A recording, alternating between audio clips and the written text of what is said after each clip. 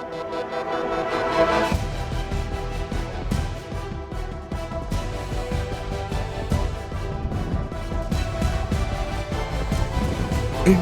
Voice, आपकी सोच, आपकी आवाज।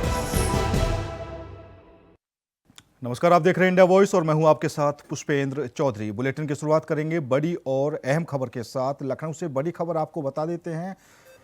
कल प्रधानमंत्री नरेंद्र मोदी लखनऊ के दौरे पर रहेंगे। कल लखनऊ जाएंगे प्रधानमंत्री नरेंद्र मोदी, राष्ट्र प्रेरणा स्थल का उद्घाटन करेंगे। लखनऊ से ये बड़ी खबर आपको बता रहे हैं। कल प्रधानमंत्री नरेंद्र मोदी लखनऊ में रहेंगे और राष्ट्र प्रेरणा स्थल का उद्घाटन करेंगे। केजीएमयू, पीजीआई, लोकबंधु अस्पताल, सेफ हाउस, अत्याधुनिक सुविधाओं से लैस बेड आरक्षित किया गया है। मेडिकल टीम एयरपोर्ट पर भी तैनात रहेगी। तो 20 बीएलएस, 4 एडवांस एम्बुलेंस भी तैनात रहेंगी। पीएम के ब्लड ग्रुप के 2 लाइव डोनर रहेंगे। फ्लीट के साथ 24 मेडिकल टीम भी तैनात की जाएंगी। लखनऊ में कुल तो ये लखनऊ से बड़ी खबर आपको बता रहे हैं। लखनऊ में कल प्रधानमंत्री नरेंद्र मोदी के आगमन को लेकर सुरक्षा और स्वास्थ्य व्यवस्थाओं को कड़ा किया गया है। पीएम राष्ट्र प्रेरणा स्थल का उद्घाटन करेंगे। उनके आगमन के दौरान केजीएमयू, पीजीआई और लोकबंधु अस्पताल में सेफ हाउस बनाए गए हैं, जहां अत्याधुनिक सुविधाओं के साथ बेड आरक्षित रखे गए हैं। एयरपोर्ट पर भी मेडिकल टीम तैनात रहेंगी। सुरक्षा में 20 बीएलएस और 4 एडवांस एम्बुलेंस उपलब्ध कराई गई हैं। प्रधानमंत्री के ब्लड ग्रुप के 2 लाइव डोनर भी तैयार रहेंगे। फ्लीट के साथ 24 सदस्यीय मेडिकल टीम भी तैनात रहेगी, ताकि किसी भी आपातकालीन स्थिति का तुरंत समाधान किया जा सके। तो लखनऊ से ये बड़ी खबर आपको बता रहे हैं। कल प्रधानमंत्री नरेंद्र मोदी लखनऊ में रहेंगे।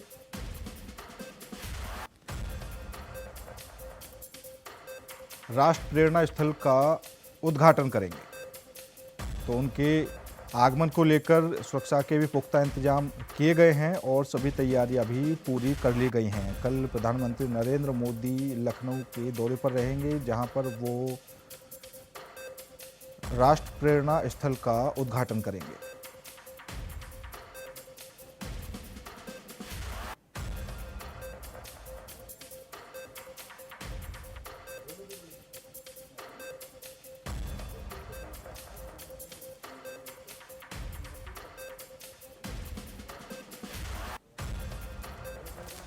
तो कल प्रधानमंत्री नरेंद्र मोदी लखनऊ के दौरे पर रहेंगे, जहां वो राष्ट्र प्रेरणा स्थल का उद्घाटन करेंगे। इसी खबर पर ज़्यादा जानकारी के लिए हमारे यूपी हेड रजनीश जी हमारे साथ जुड़ चुके हैं। रजनीश, क्या कुछ प्रधानमंत्री नरेंद्र मोदी के दौरे को लेकर जानकारी मिल पा रही है?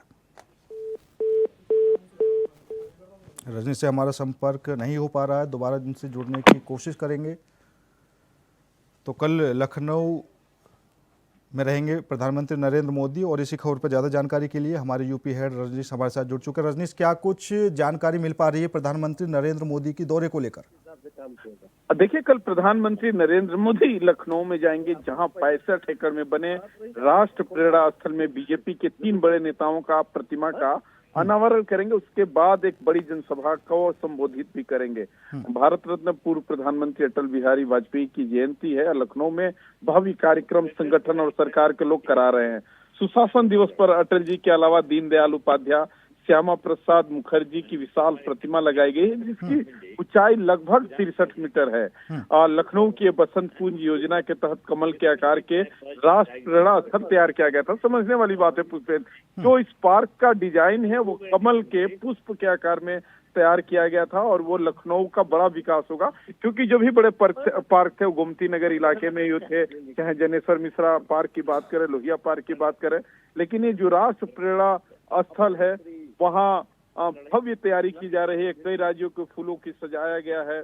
पीएम मोदी हेलीकॉप्टर से वहां प्रेरणा स्थल जाएंगे, क्योंकि कुछ किलोमीटर की दूरी है, तो प्रधानमंत्री का टाइमिंग का बड़ा महत्व होता है। प्रोटोकॉल के हिसाब से वहां मोदी म्यूजियम जाएंगे। तमाम ऐसे कार्यक्रम है जहां प्रधानमंत्री शिरकत करेंगे। जी रजनीश, कल राष्ट्र प्रेरणा स्थल का उद्घाटन करने के बाद और क्या कुछ कार्यक्रम प्रधानमंत्री नरेंद्र मोदी के होने वाले हैं, या फिर वो वापस दिल्ली के लिए रवाना होंगे? देखिए पुष्पेंद्र, जो भी आधिकारिक कार्यक्रम है वहीं का कार्यक्रम है, जनसभा को संबोधित करेंगे, जहां भारतीय जनता पार्टी पूरी अपनी कह सकते हैं कि संगठन के लोग, सरकार के लोग जी जान झोंक दिए हैं। लगभग 1 लाख लोगों को बुलाने का तैयारी है, जिसमें 1000 बसें लगाई गई है और उसके लिए अभी से प्लान कर लिया गया और एसपीजी अपने सिक्योरिटी घेरे में उस राष्ट्रीय प्रेरणा स्थल को ले ली है। अब जो भी जा रहा है उसकी पूरी तलाशी हो रही है। जी रजनीश, क्या कुछ लगता है, अगर हम अनुमानित संख्या की बात करें, कितनी संख्या में जनता प्रधानमंत्री नरेंद्र मोदी को देखने के लिए वहां पर पहुंचेगी, और जो कार्यकर्ता हैं, जो नेता हैं, उनको क्या कुछ जिम्मेदारी कल के लिए दी गई है? देखिए, चूंकि अवध क्षेत्र में कार्यक्रम हो रहा है तो अवध क्षेत्र के तमाम विधायक संगठन, और चूंकि प्रधानमंत्री का कार्यक्रम है, पंकज चौधरी के लीडर अगुवाई में ये कार्यक्रम होगा पहली बार, तो पंकज चौधरी का भी लिटमस टेस्ट है। और जिस बिरादरी से आते हैं, दावा किया जा रहा है कि 1 लाख से अधिक लोगों की संख्या होगी। अब दावा में कितना दम है, कल ग्राउंड जीरो पे हमारे रिपोर्टर वहां खड़े होकर बताएंगे, लेकिन दावा किया जा रहा है कि जो भीड़ होगी 1 लाख से अधिक की होगी। ठीक है रजनीश, ज्यादा जानकारी देने के लिए आपका बहुत बहुत धन्यवाद। तो लखनऊ से एक और बड़ी खबर आपको बता देते हैं। यूपी विधानसभा की कार्यवाही का आज आखिरी दिन है। यूपी सरकार के अनुपूरक बजट पर आज चर्चा होगी। अनुपूरक बजट चर्चा के बाद पास कराया जाएगा। तो ये लखनऊ से बड़ी खबर आपको बता रहे हैं। यूपी विधानसभा की कार्यवाही का आज आखिरी दिन है और अनुपूरक बजट को लेकर चर्चा की जाएगी, जिसके बाद यूपी सरकार के अनुपूरक बजट पर ये चर्चा होनी है। विधायी कार्य के दौरान विभिन्न विषयों पर भी चर्चा होगी। अनुपूरक बजट चर्चा के बाद पास कराया जाएगा। तो विभिन्न विधेयकों पर भी अंतिम दिन चर्चा होगी। सीएम योगी विधानसभा की कार्यवाही में शामिल होंगे। विपक्ष सरकार के बजट प्रावधानों पर सवाल उठाएगा। तो लखनऊ से ये बड़ी खबर आपको बता रहे हैं, जहां पर आज विधानसभा की कार्यवाही का अंतिम दिन है और अनुपूरक बजट को लेकर चर्चा होगी। सीएम योगी विधानसभा में शामिल होंगे। विपक्ष सरकार के बजट प्रावधानों पर भी सवाल उठाएगा।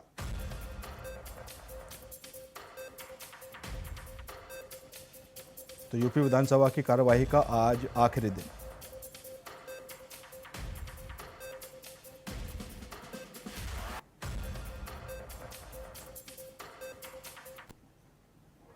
तो लखनऊ से एक और बड़ी खबर आपको बता देते हैं। अनुपूरक बजट पर सदन में आज चर्चा होनी है। आज विधानसभा में सीएम योगी आदित्यनाथ अपना संबोधन करेंगे और 3 बजे विधानसभा में सीएम योगी आदित्यनाथ आज अनुपूरक बजट को लेकर चर्चा भी करेंगे। तो लखनऊ में आज विधानसभा में अनुपूरक बजट पर चर्चा होगी। मुख्यमंत्री योगी आदित्यनाथ सदन में इस विषय पर अपनी बात रखेंगे। चर्चा का मुख्य उद्देश्य बजट के अतिरिक्त प्रावधानों और खर्चों की समीक्षा करना है। मुख्यमंत्री 3 बजे विधानसभा में बोलेंगे और वित्तीय प्रबंधन, विकास कार्यों और नई योजनाओं पर विस्तार से जानकारी देंगे। अनुपूरक बजट के माध्यम से सरकार ने विभिन्न विभागों और परियोजनाओं के लिए अतिरिक्त निधि आवंटित की है। सदन में विपक्ष और अन्य सदस्य भी इस पर अपनी राय रखेंगे। यह चर्चा नीति निर्धारण और राज्य के विकास कार्यक्रमों की पारदर्शिता सुनिश्चित करने में महत्वपूर्ण मानी जा रही है।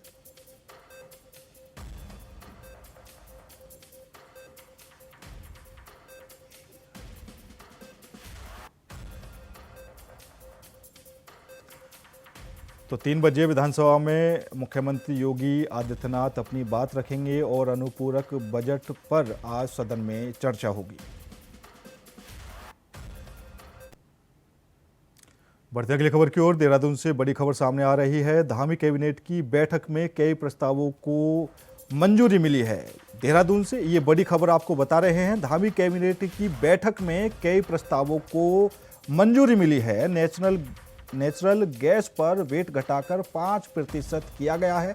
कलाकारों की मासिक पेंशन बढ़कर 6000 हुई है। रॉयल डिलीशियस और आपदाग्रस्त क्षेत्रों के सेब का दाम तय किया गया है। आयुष्मान और अटल आयुष्मान योजना अब 100% इंश्योरेंस में आयुष्मान और अटल आयुष्मान मोड में संचालित होंगे। चिकित्सा शिक्षा सेवा संशोधन नियमावली को भी कैबिनेट ने मंजूरी दी है। तो ये देहरादून से बड़ी खबर आपको बता रहे हैं। धामी कैबिनेट की बैठक में कई प्रस्तावों पर मोहर लगी है। आयुष्मान और अटल आयुष्मान योजना अब 100% इंश्योरेंस में शामिल होंगे। तो ये बड़ी खबर आपको बता रहे हैं। कलाकारों की मासिक पेंशन 3 से बढ़ाकर 6,000 रुपये कर दी गई है। रॉयल डिलीशियस सेब का दाम भी तय किया गया है। चिकित्सा शिक्षा सेवा संशोधन नियमावली में भी कैबिनेट को मंजूरी दी है।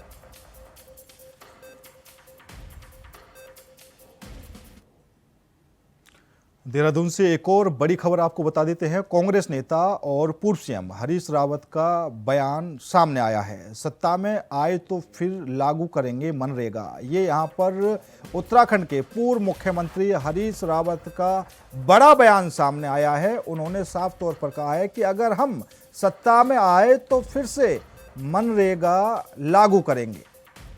हम फिर से मजबूती से इस योजना को लागू करेंगे। राज्यों पर आर्थिक बोझ डाला जा रहा है। लगातार कांग्रेस मनरेगा के नाम को बदलने को लेकर बीजेपी पर हमलावर है और अब कांग्रेस की तरफ से उत्तराखंड के पूर्व मुख्यमंत्री हरीश रावत का बयान सामने आया है। उन्होंने साफ तौर पर कहा है कि अगर हम सत्ता में आते हैं तो हम फिर से मनरेगा योजना को लागू करेंगे। मतलब जो भारतीय जनता पार्टी ने जी राम जी योजना लागू की है, मनरेगा का नाम बदला है, उसको कांग्रेस पार्टी फिर से खत्म करके मनरेगा योजना लागू करेगी। हरीश रावत का ये बयान सामने आया है। उन्होंने कहा है कि यदि उनकी पार्टी सत्ता में आती है तो मनरेगा योजना को फिर से मजबूती से लागू किया जाएगा। हरीश रावत ने कहा कि केंद्र की नीतियों के कारण राज्य पर आर्थिक बोझ बढ़ रहा है और किसानों और ग्रामीण जनता पर इसका प्रतिकूल प्रभाव पड़ रहा है। उन्होंने मनरेगा योजना को ग्रामीण रोजगार और विकास का अहम साधन बताते हुए कहा कि इसे प्रभावी तरीके से लागू करना आवश्यक है। पूर्व सीएम ने राज्य और केंद्र की नीतियों में संतुलन बनाए रखने और ग्रामीण कल्याण पर ध्यान देने पर भी जोर दिया है। हम तो भक्तवत्सल राजा रामचंद्र के भक्त हैं, हम तो रघुवंशी हैं और दुनिया के अंदर राम के सबसे बड़े भक्त महात्मा गांधी थे, जिन्होंने देश को जो है रघुपति राघव राजा राम का एक अमूर्त जो है भजन दिया और राम ने हमेशा अपने भक्त को आगे रखा है और आप राम के नाम लेकर के उनके भक्त का नाम समाप्त कर रहे हैं। आजाद भारत में किसी ने कल्पना की कि महात्मा गांधी का नाम पर कोई योजना हो और उसको समाप्त कर दिया जाए? और ये मनरेगा को ही अकेले आप महात्मा गांधी का नाम ही समाप्त नहीं कर रहे हो, बल्कि जो ग्राम सरकार की कल्पना थी आपने उसको समाप्त कर दिया। पहले ग्राम पंचायतों के पास सीधे पैसा आता था और वो निर्धारित करते थे क्या विकास के काम करने, आपने उसको सेंट्रलाइज कर दिया है। अब आप दिल्ली से उस काम को करने का काम करेंगे। आपने ग्राम सभाओं के अधिकार को छीन लिया और राज्यों को आप विवश कर रहे हैं कि वो मनरेगा को छोड़ दें, इस योजना को छोड़ दें, क्योंकि 40% कहाँ से जुटाएंगे राज्य सरकारें जो है संसाधन। उत्तराखंड को तो केवल 10% देना पड़ेगा, लेकिन और राज्यों में तो 40% देना पड़ेगा जो है।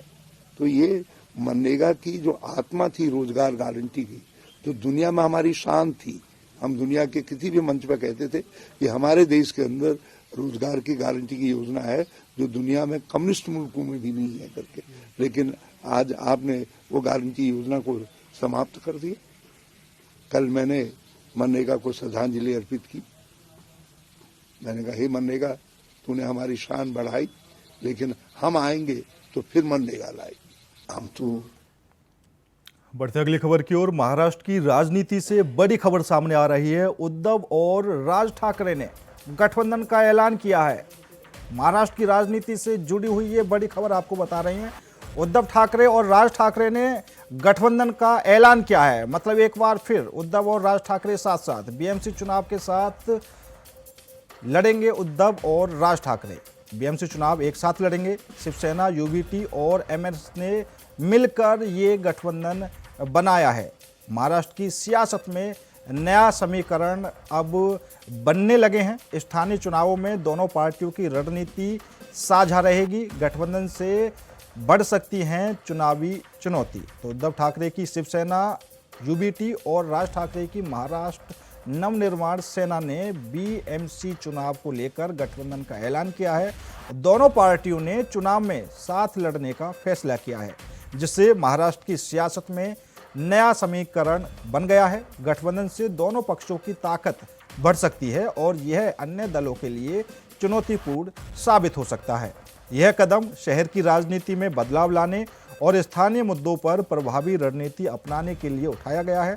दोनों पार्टियां अपने उम्मीदवार साझा कर चुनाव मैदान में उतरेंगी। तो महाराष्ट्र की सियासत से ये बड़ी खबर आपको बता रहे हैं, जहां उद्धव और राज ठाकरे ने बीएमसी चुनाव के लिए गठबंधन का ऐलान किया है।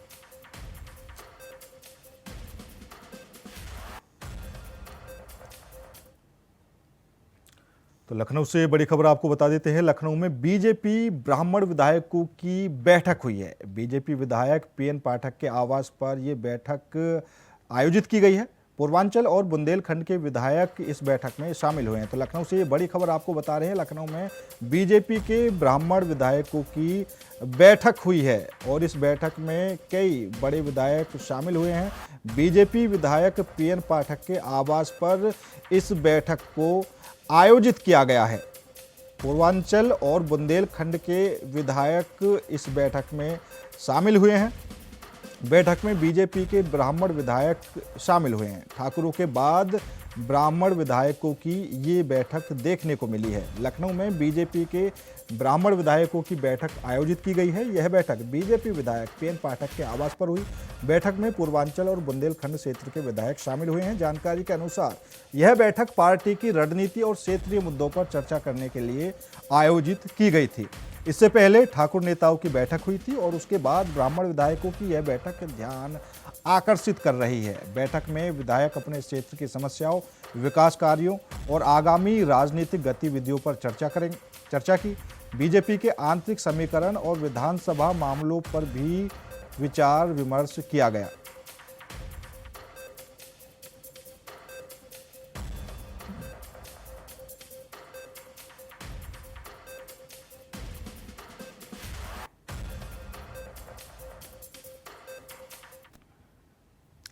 फिलहाल सीधे आपको ले चलते हैं उत्तराखंड के उत्तरकाशी, जहां पर सीएम पुष्कर सिंह धामी क्या कुछ कह रहे हैं वो आपको सुनाते हैं। हमारे प्रधान पंचायत और बड़ी संख्या में आज इस कार्यक्रम में यहाँ पर आए हुए मेरे सभी बड़े बुजुर्ग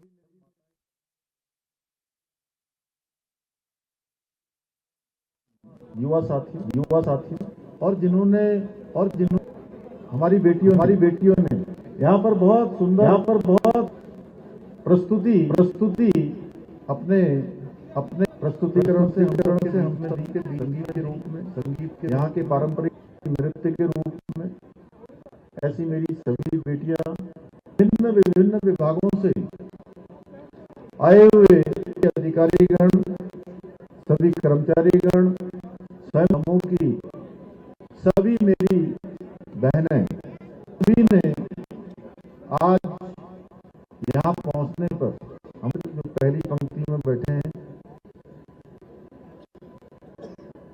आप सबने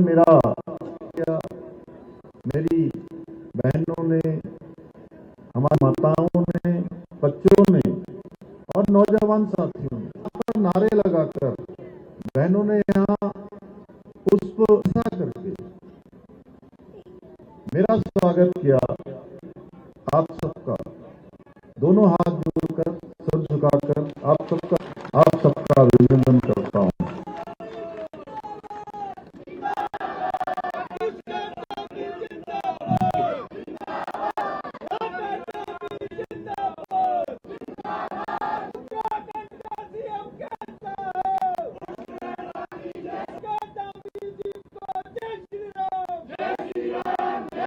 भाइयों बहनों, ये मेरे लिए की बात है कि मुझे आज उत्तर का बहुत सीमांत क्षेत्र सांकरी गांव में पहली बार आप सबके बीच में आने का प्राप्त हुआ है।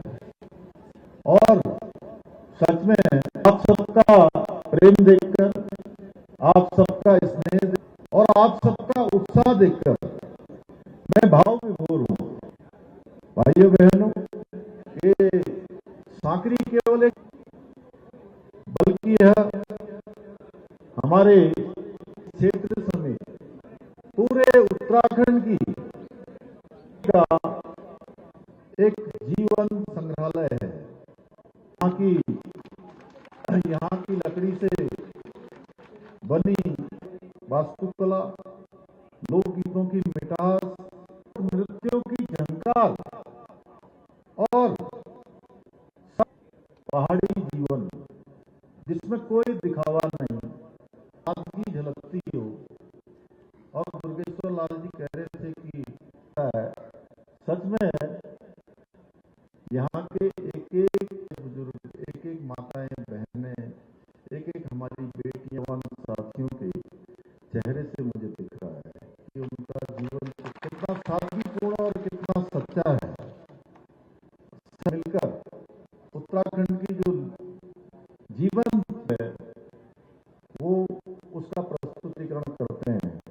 ये विशिष्ट पर्यटन महोत्सव यहाँ पर सांकरी में हो रहा है। ये आस्था, संस्कृति और स्वाभिमान का उत्सव होने के साथ साथ उस सोच का भी प्रतीक है जिसके द्वारा इस पूरे सीमांत क्षेत्र सहित पूरे समृद्ध और आत्मनिर्भर बनाने के, और इसका एक बड़ा उदाहरण है जिस प्रकार से होम स्टे हमारे में हजारों हजार लोगों को रोज यहाँ प्रत्येक दिन लोग आ रहे हैं। यहाँ पर भाइयों बहन में कण कण में भगवान का वास है, कण में शंकर है। हमारी ये पुण्य भूमि की धरती होने के साथ साथ इसको भगवान का भी बहुत आशीर्वाद है। सुंदर हमारे यहाँ पर्वतों से आच्छादित है, हिम चोटियों, और सच में ये प्राकृतिक रूप से सुंदर है। केदारनाथ, बद्रीनाथ, गंगोत्री, यमुनोत्री हमारे प्रदेश में स्थित अनेक तीर्थ और भी अनेक स्थान। यहाँ हमारे बगल में हनोल में महाराज, बौंढा महाराज, सारे उस क्षेत्र आज पर्यटन एक बार तेजी से बढ़, धार्मिक यात्राओं पर भी आ रहे हैं, पर्यटन के लिए भी आ रहे हैं।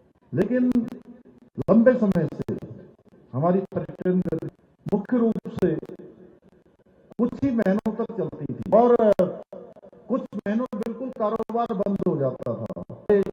इन क्षेत्रों में रोजगार और आजीविका के थे वो बहुत सीमित हो जाते थे, 6 महीने का बंद हो जाता था। ऐसे समय में विगत वर्ष नरेंद्र मोदी जी ने उनकी प्रेरणा से हमने शीतकालीन यात्रा का आह्वान किया और आदरणीय प्रधानमंत्री जी ने, आपने सुना होगा 30 नवंबर को जो उनका मन की बात, उस मन की बात के कार्यक्रम में उन्होंने वासियों से शीतकाल में उत्तराखंड, और ये उत्तराखंड के लिए एक बहुत दूरदर्शी और इसके माध्यम से निश्चित रूप से हमारे राज्य आने वाली है। आदरणीय प्रधानमंत्री जी ने स्पष्ट रूप से कहा है उत्तराखंड केवल ग्रीष्म काल के लिए ही नहीं बल्कि शीतकालीन केंद्र के रूप में भी विकसित हो सकता है। और धीरे आज जिस प्रकार से यहाँ पर आना हो रहा है, जिस प्रकार से लोग हमारी शीतकालीन यात्रा हो रहे हैं, पूरे देश भर से आज हजार में लोगों की बुकिंग यहाँ के लिए प्रारंभ हो गई है।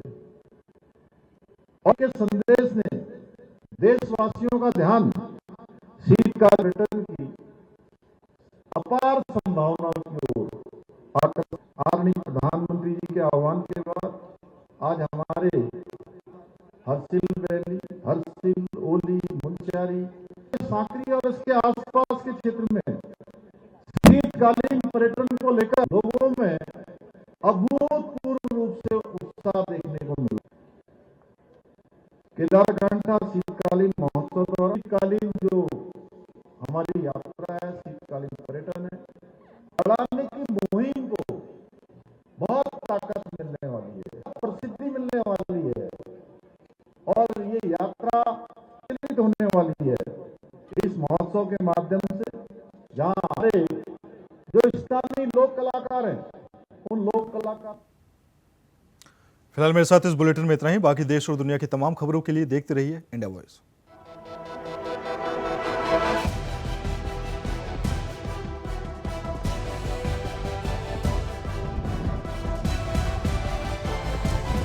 इंडिया वॉइस, आपकी सोच, आपकी आवाज।